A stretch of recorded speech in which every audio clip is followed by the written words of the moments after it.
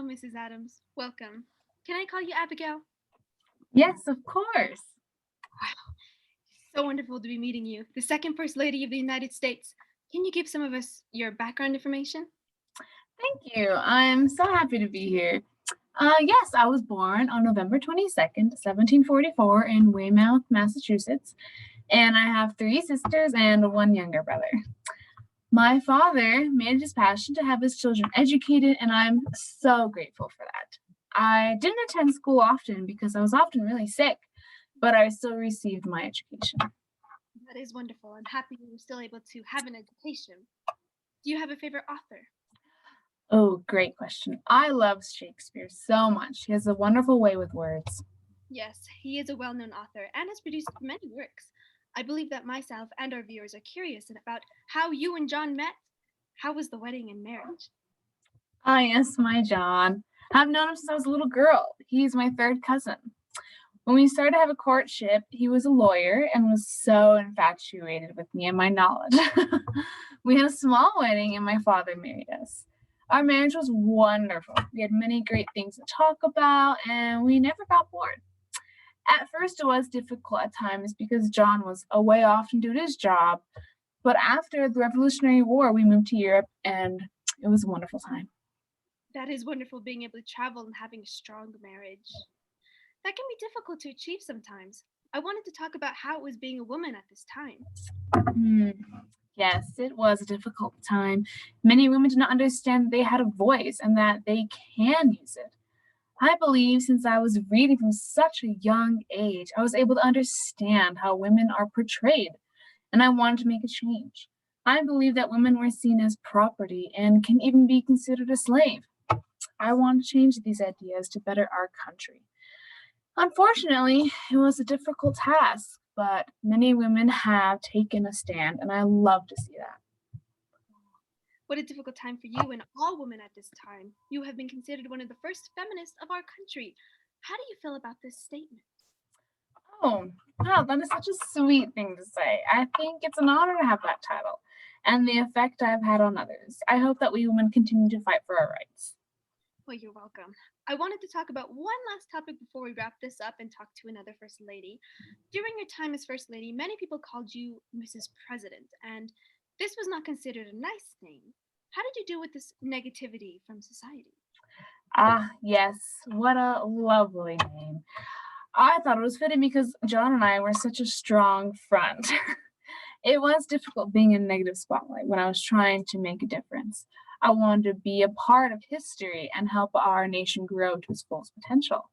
I was able to deal with this negativity by not letting it get to me and taking over my life. I had strong beliefs and I stood by them. If people did not like them, well, too bad for them. Well said, Abigail. I want to thank you for coming here today and letting me talk to you.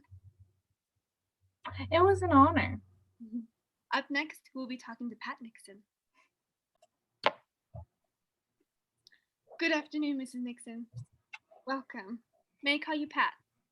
Hello, yes, that is fine with me. How are you today? I am well, thank you. I just spoke to Abigail and had a wonderful chat. Mm, How are you today? I'm doing well, thank you. That is wonderful. Could you give us some background information about yourself? Oh, of course. I was born in LA, Nevada on March 16th, 1912. I had two brothers and two stepbrothers. My family moved to California for a better life. Sadly, my mother passed away when I was really young, and I took on many of the household chores. Later on, I got my education and received my bachelor's degree in merchandising with a teaching certificate from the University of Southern California. I'm so sorry for the loss of your mother at such a young age. Thank you. It was a difficult time, but we made it through. Let's fast forward a bit. When you met Richard Nixon, what was it like? I met Richard when I joined a small theater group, actually. He was an attorney and very persistent in getting me to talk to him. We have two lovely daughters. Oh, that is precious. I love that. Moving to a different topic, many people want to know how you got the nickname Pat. Your name is Thelma, so many of us are Hmm. curious. What a fun question. Well, I was born on March 16th, which is the eve of St. Patrick's Day. And my dad believed that I was a wonderful Irish gift and called me Pat. And the name stuck. That is a funny story. I want to move on to your time in the White House as First Lady. Many people called you Plastic Pat after an interview, and the name stuck. How did this affect your life as First Lady? Yes, that's a nickname I want to forget.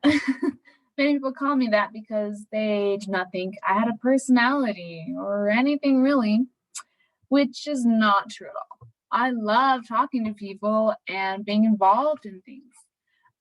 This made the public see me just as a figure with the title of First Lady and nothing more. It took a long time to get out of it. Yes, seems like a really hard time for you. Speaking of talking to people, you traveled so much and went on many important trips throughout your years as First Lady. How was that? Oh, it was wonderful. I have loved traveling since I was a little girl, and that was my opportunity to do what I always wanted to do. I made great connections with people and left great impressions on people that helped my husband and country. Yes, that is wonderful. Many people know about the China visit and the cute pandas. Yes, that is my most talked about trip. I want to talk to you about your marriage to Richard once you both got into the White House. Did it change? Yes, our marriage did change, but I feel all marriages change once they get to the White House. We had a strong connection during our time as second lady and vice president because we spent more time together. But as first lady and presidents, our schedules were very busy, but we still respected each other and helped in any way we could. Wow, you were very honest and I appreciate that. I wanted to ask one more question before we finish our time together today. You dealt with one of the biggest scandals, the Watergate scandal, and were in a negative spotlight for a really long time. How did you deal with this? It was a hard time for everyone in the White House. I remember the tension in the air leading up to Nixon's resignation. I was able to deal with my negative spotlight by just doing my own thing and not caring what others said about me. I did many things that other people did not know about because they only focused on one aspect of me. For the Watergate scandal, I was in the dark for much of it and came to a shock to me as well. When Richard resigned and did not tell me the full story until the papers came out. I am thankful for my daughters, though. If it weren't for them, I would not have gone through that dark time. Well, thank you, Pat, for your honest answers to my questions and for taking time out to talk to me today. You are a wonderful person, and I hope you have a great rest of your day. Thank you for having me. It was great to be here. Thank you for joining our Q&A today with these lovely first ladies. Have a great day.